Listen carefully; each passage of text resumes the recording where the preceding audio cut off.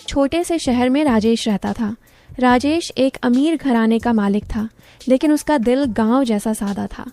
उसकी उम्र करीब 40 की थी। पत्नी कुछ साल पहले गुजर चुकी थी और अब घर में अकेला ही रहता था। काम धंधा अच्छा चलता था। दुकान थी शहर के बीचों बीच, जहाँ से वो रोज़ाना शाम को लौटता। लेकिन घर की देखभाल के लिए किसी की ज़रूरत थी, क्योंकि वो खुद तो बस काम में डूबा रहता। एक दिन उसके एक दोस्त ने सलाह दी कि एक नौकरानी रख लो जो घर संभाले। राजेश ने हामी भरी और जल्द ही मुस्कान नाम की एक लड़की उसके घर आई। मुस्कान की उम्र होगी कोई 25-26 साल। गांव से आई थी वो, लेकिन शहर की हवा में घुल मिल गई थी। उसकी आंखें बड़ी बड़ी थीं, जैसे कोई रहस्य छुपा रखा हो, और होंठ हमेशा हल्की मुस्कान लिए रहते। उसका बदन ऐसा था कि देखने वाला एक बार ठहर जाए। न ज़्यादा पतला न ज़्यादा भरा, बस वैसा जो आंखों को चैन न आने दे। बाल लंबे काले जो पीठ पर लहराते रहते, और जब वो झाड़ू लगाती तो वो बाल कभी कभी चेहरे पर आ जाते, जिन्हें वो बड़े नाज से पीछे करती। उसकी चाल में एक लय थी, जैसे कोई नाच रही हो। मुस्कान इतनी नरम लगती है जैसे छूने पर दूध की मलाई सी फिसल जाए। लेकिन असल में मुस्कान का दिल साफ था, बस काम में लगी रहती। वो घर में आते ही काम पर लग गई और राजेश ने सोचा कि अच्छा हुआ, अब घर संभल जाएगा। पहले दिन से ही मुस्कान ने घर को चमकाना शुरू कर दिया। सुबह सुबह उठकर चाय बनाती, फिर झाड़ू पोछा, कपड़े धोना और रसोई में खाना पकाना। राजेश ऑफिस जाने से पहले नाश्ता करता और मुस्कान बड़े अदब से प्लेट रखती। साहब, चाय गरम है, पी लीजिए, वो कहती, और उसकी आवाज़ में एक मिठास होती जो कान में घुल जाती। राजेश मुस्कुराता। अच्छी बनी है मुस्कान, तू कहाँ से सीखी इतनी अच्छी चाय बनानी? मुस्कान हंसकर कहती, गांव में माँ सिखाती थी साहब, वहाँ तो सब कुछ हाथ से होता है, कोई मशीन नहीं। फिर दिन बीतते गए और घर में एक रूटीन बन गया। राजेश शाम को लौटता, मुस्कान दरवाज़ा खोलती। आ गए साहब, आप थक गए होंगे, मैं पानी लाती हूँ। वो पानी का ग्लास लेकर आती और कभी कभी ग्लास पकड़ाते वक्त उंगलियां छू जाती, लेकिन वो बस संयोग होता। राजेश कहता, मुस्कान, आज दुकान पर बहुत काम था, पीठ दर्द कर रही है। मुस्कान कहती, साहब आप आराम करिए, मैं खाना गर्म कर लाती हूँ। लेकिन वो कभी दबाने या मालिश की बात नहीं करती, बस काम पर लग जाती। लेकिन राजेश शायद उससे मालिश करवाना चाहता था। एक शाम की बात है, राजेश घर लौटा तो देखा मुस्कान रसोई में खड़ी है और उसके कपड़े थोड़े गीले हैं क्योंकि वो बर्तन धो रही थी। पानी की बूंदें उसके गले पर टपक रही थीं और वो उन्हें पोंछ रही थी। राजेश ने पूछा, क्या हुआ मुस्कान, तुम इतनी भीग कैसे गई? मुस्कान मुड़ी, साहब बस बर्तन साफ कर रही थी, पानी ज़्यादा गिर गया, आप बैठिए, मैं चाय बनाती हूँ। राजेश बैठ गया, लेकिन उसकी नज़र मुस्कान पर टिकी रही। मुस्कान की वो गीली साड़ी बदन से चिपक गई थी और वो चलते वक्त थोड़ा संभल कर चल रही थी।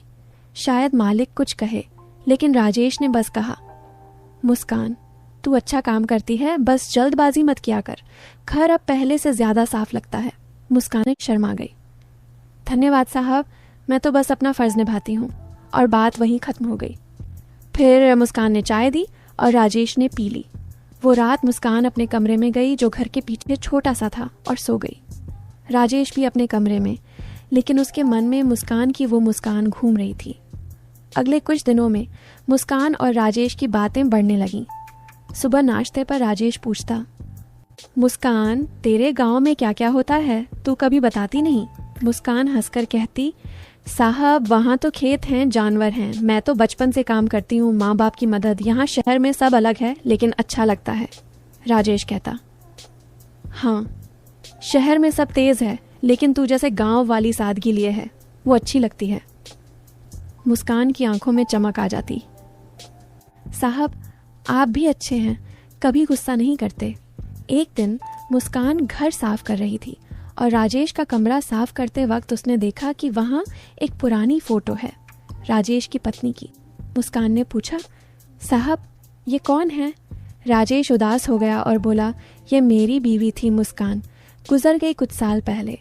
मुस्कान ने सहानुभूति से कहा, साहब भगवान सब ठीक कर देगा, आप अकेले मत रहिए, कभी बाहर घूम आया करिए। राजेश मुस्कुराया, तू है ना, घर में अब अकेलापन नहीं लगता। मुस्कान ने कहा, हाँ साहब, मैं हूँ, लेकिन मैं तो नौकरानी हूँ। लेकिन उसकी आवाज़ में एक गर्माहट थी, शायद वो उसे कोई इशारा दे रही थी। राजेश ने कहा, नौकरानी नहीं, घर की सदस्य जैसी है तू अब। और मुस्कान खुश हो गई, लेकिन वो जानती थी अपनी हद। दिन गुजरते रहे और मुस्कान का काम बढ़ता गया। वो अब बाजार से सामान भी लाने लगी, लेकिन राजेश हमेशा साथ जाता, क्योंकि शहर में अकेली लड़की को भेजना ठीक नहीं लगता। एक बार बाजार में मुस्कान ने कहा, साहब ये सब्जी ताज़ी है, ले लीजिए। राजेश ने कहा, हाँ तू चुन अच्छी। मुस्कान झुकी तो उसकी चुनरी सरक गई और बाल चेहरे पर आ गए। राजेश ने कहा, संभाल ले मुस्कान, बाल आ गए। मुस्कान ने हंसकर पीछे किए और शर्मा गई। फिर घर लौटकर मुस्कान ने खाना बनाया और राजेश ने खाया। मुस्कान, तेरे हाथों का खाना जैसे घर की याद दिलाता है, राजेश ने कहा। मुस्कान ने जवाब दिया, साहब मैं तो बस कोशिश करती हूँ कि आपको अच्छा लगे। फिर धीरे धीरे मुस्कान और राजेश के बीच एक बॉन्ड बनने लगा। मुस्कान कभी कभी अपनी कहानी सुनाती, गांव में ऐसे खेलती थी, कैसे पढ़ाई छूट गई, कैसे शहर आई काम की तलाश में। राजेश सुनता और कहता, मुस्कान तू पढ़ना चाहे तो मैं मदद कर सकता हूँ। मुस्कान कहती, साहब अब उम्र हो गई, लेकिन आपका धन्यवाद। लेकिन उसके मन में एक सपना था, शायद आगे कुछ करे। राजेश भी अपनी ज़िंदगी की बातें करता, कैसे दुकान शुरू की, कैसे पत्नी के जाने के बाद अकेला हो गया। मुस्कान सुनती और कहती, साहब जिंदगी चलती रहती है। एक रात मुस्कान रसोई में काम कर रही थी और राजेश टीवी देख रहा था। अचानक मुस्कान की आवाज़ आई, साहब ये मसाला ख़त्म हो गया है। राजेश गया रसोई में और देखा मुस्कान ऊपर से सामान निकाल रही है। वो ऊपर की तरफ हाथ बढ़ा रही थी और उसका बदन थोड़ा तन गया। राजेश ने कहा, रुक मुस्कान, मैं निकाल देता हूँ। वो करीब आया और सामान निकाला। मुस्कान ने कहा, साहब आप क्यों परेशान होते हैं, मैं कर लेती। लेकिन राजेश ने कहा, कोई बात नहीं, तू छोटी है, मैं लंबा हूँ। मुस्कान हंसी, साहब छोटी तो हूँ लेकिन काम तो कर लेती हूँ। फिर राजेश सामान देकर चला गया। मुस्कान ने खाना बनाया और दोनों ने साथ खाया, मालिक और नौकरानी, लेकिन जैसे दोस्त। समय बीतता रहा और मुस्कान अब घर की हर चीज़ जानने लगी। राजेश की पसंद नापसंद, उसके कपड़े कैसे रखने हैं, खाना कैसे बनाना है। एक दिन राजेश ने कहा, मुस्कान तू इतनी मेहनत करती है, कभी आराम कर लिया कर। मुस्कान ने कहा, साहब 100 आराम तो रात को हो जाता है, दिन में काम से मन लगता है। राजेश ने सोचा कितनी अच्छी लड़की है और उसके मन में सम्मान बढ़ता गया। कुछ हफ्ते बाद मुस्कान ने राजेश से कहा, साहब मेरे गांव से फ़ोन आया, माँ बीमार हैं, मुझे 1-2 दिन जाना पड़ेगा। राजेश चिंतित हो गया, अरे मुस्कान तू चली जाएगी तो मैं कैसे रहूँगा। फिर वो बोला, मतलब घर कैसे चलेगा, लेकिन जा, माँ की देखभाल भी ज़रूरी है। फिर वो बोला, मैं साथ चलूँ क्या। मुस्कान ने कहा, नहीं साहब आपकी दुकान है, मैं जल्दी लौट आऊँगी। फिर राजेश ने पैसे दिए, ये रख दवाई के लिए। मुस्कान की आंखें भर आईं। साहब आप इतने अच्छे क्यों हैं। राजेश ने कहा, तू भी तो अच्छी है। और मुस्कान चली गई। उसके जाने के बाद घर सूना हो गया। अब राजेश को आदत हो गई थी मुस्कान की। फिर 2 दिन बाद मुस्कान लौटी और घर फिर से चमक उठा। साहब माँ ठीक हैं अब, उसने कहा। राजेश खुश हुआ। अच्छा हुआ मुस्कान, अब तू आराम कर। लेकिन मुस्कान काम पर लग गई। शाम को दोनों बातें करने लगे और मुस्कान ने गांव की कहानियां सुनाई, कैसे वहाँ लोग एक दूसरे की मदद करते हैं, कैसे त्योहार मनाते हैं। राजेश सुनता रहा और सोचता कि मुस्कान कितनी मासूम है। फिर धीरे धीरे महीने बीतने लगे। मुस्कान अब राजेश के लिए सिर्फ नौकरानी नहीं, बल्कि घर की रखवाली करने वाली लगती। एक दिन राजेश ने कहा, मुस्कान तेरी उम्र हो रही है, शादी के बारे में सोचा है। मुस्कान शर्मा गई। साहब अभी तो काम कर रही हूँ, गांव में कोई मिल जाएगा। राजेश ने कहा, हाँ लेकिन अच्छा लड़का मिले। मुस्कान ने हंसकर कहा, साहब आप जैसे अच्छे मिलें तो। लेकिन राजेश ने बस मुस्कुराया। मैं बूढ़ा हो गया मुस्कान। और बात बदल गई। मुस्कान ने सोचा, साहब कितने सज्जन हैं, मुस्कान के आने को अब लगभग 1.5 साल हो चुके थे। घर में अब उसकी हंसी की गूंज आम हो गई थी। राजेश भी पहले से ज्यादा खुल गया था। कभी कभी रात को दोनों छत पर बैठते, चाय पीते और तारे गिनते। मुस्कान कहती, साहब गांव में तो बिजली कम ही आती थी, इसलिए तारे साफ दिखते थे। यहाँ तो लाइट की वजह से धुंधले लगते हैं। राजेश हंसता, हाँ लेकिन यहाँ तू है तो तारे नीचे ही उतर आए हैं। मुस्कान शर्माकर चुप हो जाती, पर उसकी आंखें चमक जाती। एक दिन राजेश की दुकान पर उसका पुराना दोस्त विकास आया। विकास देखने में चालाक था। शाम को जब राजेश घर लौटा तो विकास भी साथ था। मुस्कान ने दरवाज़ा खोला तो विकास की नज़रें मुस्कान पर ठहर गईं। उसने राजेश से धीरे से कहा, यार ये तो माल है, कहाँ छुपा रखा था? राजेश ने हंसकर टाल दिया, अरे बस नौकरानी है, अच्छा काम करती है। विकास ने मुस्कान को ऊपर से नीचे तक घूरा और बोला, मुस्कान जी चाय में अपनी मुस्कान भी डाल देना। मुस्कान ने सादगी से कहा, जी चीनी कम डालूं? विकास हंस पड़ा, लेकिन राजेश को अच्छा नहीं लगा। उसने विकास को खाना खिलाया और जल्दी विदा कर दिया। रात को मुस्कान ने पूछा, साहब आपके दोस्त को कुछ बुरा लगा क्या? राजेश ने कहा, नहीं मुस्कान, बस वो ऐसे ही हैं, तू अपना ध्यान रखना। उस दिन पहली बार राजेश को लगा कि मुस्कान को बाहर की गंदी नज़रों से बचाना उसका फर्ज है। फिर हर एक दिन कुछ ऐसा हुआ कि कहानी ने सच में नया रंग लिया। राजेश की तबीयत अचानक खराब हो गई। तेज बुखार था, शरीर टूट रहा था। डॉक्टर ने कहा, 2-3 दिन बेड रेस्ट है, कोई काम नहीं। मुस्कान ने दिन रात सेवा की, दवाई दी, सिर पर पानी की पट्टी रखी, काढ़ा बनाया। रात को भी 2-3 बार उठकर देखती कि साहब को कुछ चाहिए तो नहीं। तीसरे दिन बुखार उतरा तो राजेश ने मुस्कान का हाथ पकड़कर कहा, मुस्कान तू न होती तो मैं शायद, सच में तू मेरे लिए भगवान का दिया हुआ तोहफा है। मुस्कान की आंखें भर आईं। उस पल दोनों के बीच कुछ ऐसा जुड़ा जो शब्दों से परे था। ठीक होने के बाद राजेश ने फैसला किया कि अब मुस्कान को सिर्फ नौकरानी नहीं रखेगा। उसने मुस्कान से कहा, मुस्कान मैंने सोचा है तू अब मेरे साथ दुकान पर चला कर, हिसाब किताब सीख, कुछ पैसा बचाकर अपना कुछ कर लेना।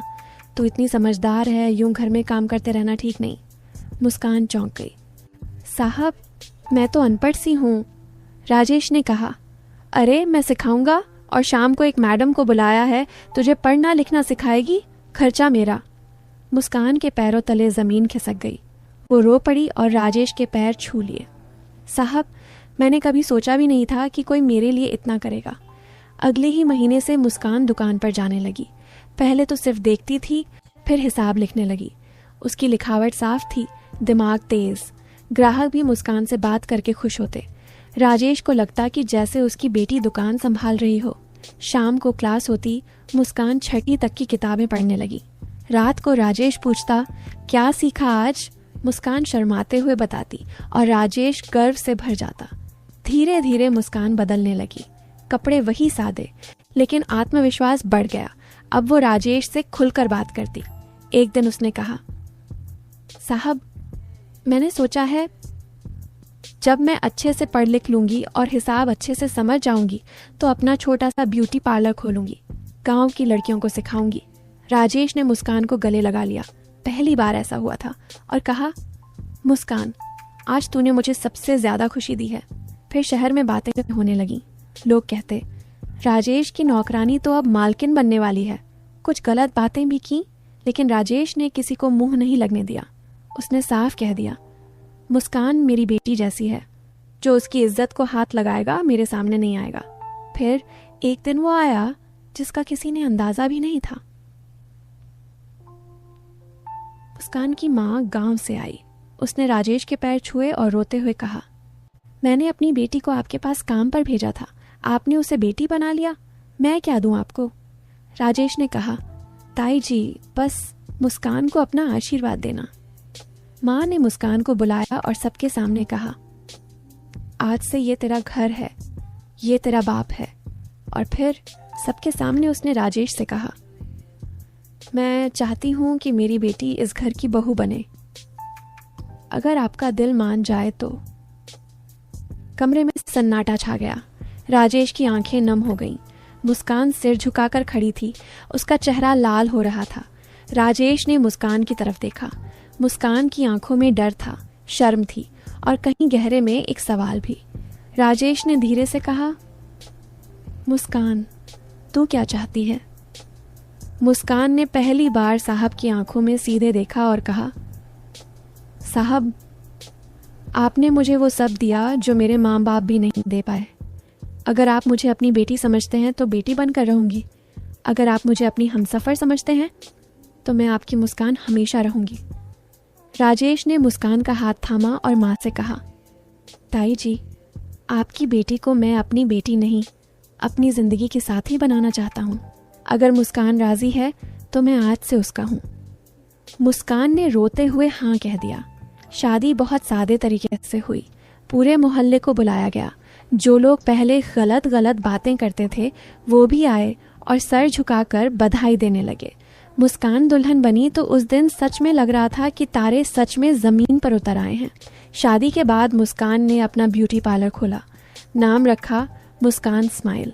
राजेश दुकान संभालते, मुस्कान पार्लर। शाम को दोनों साथ बैठते, चाय पीते और हंसते।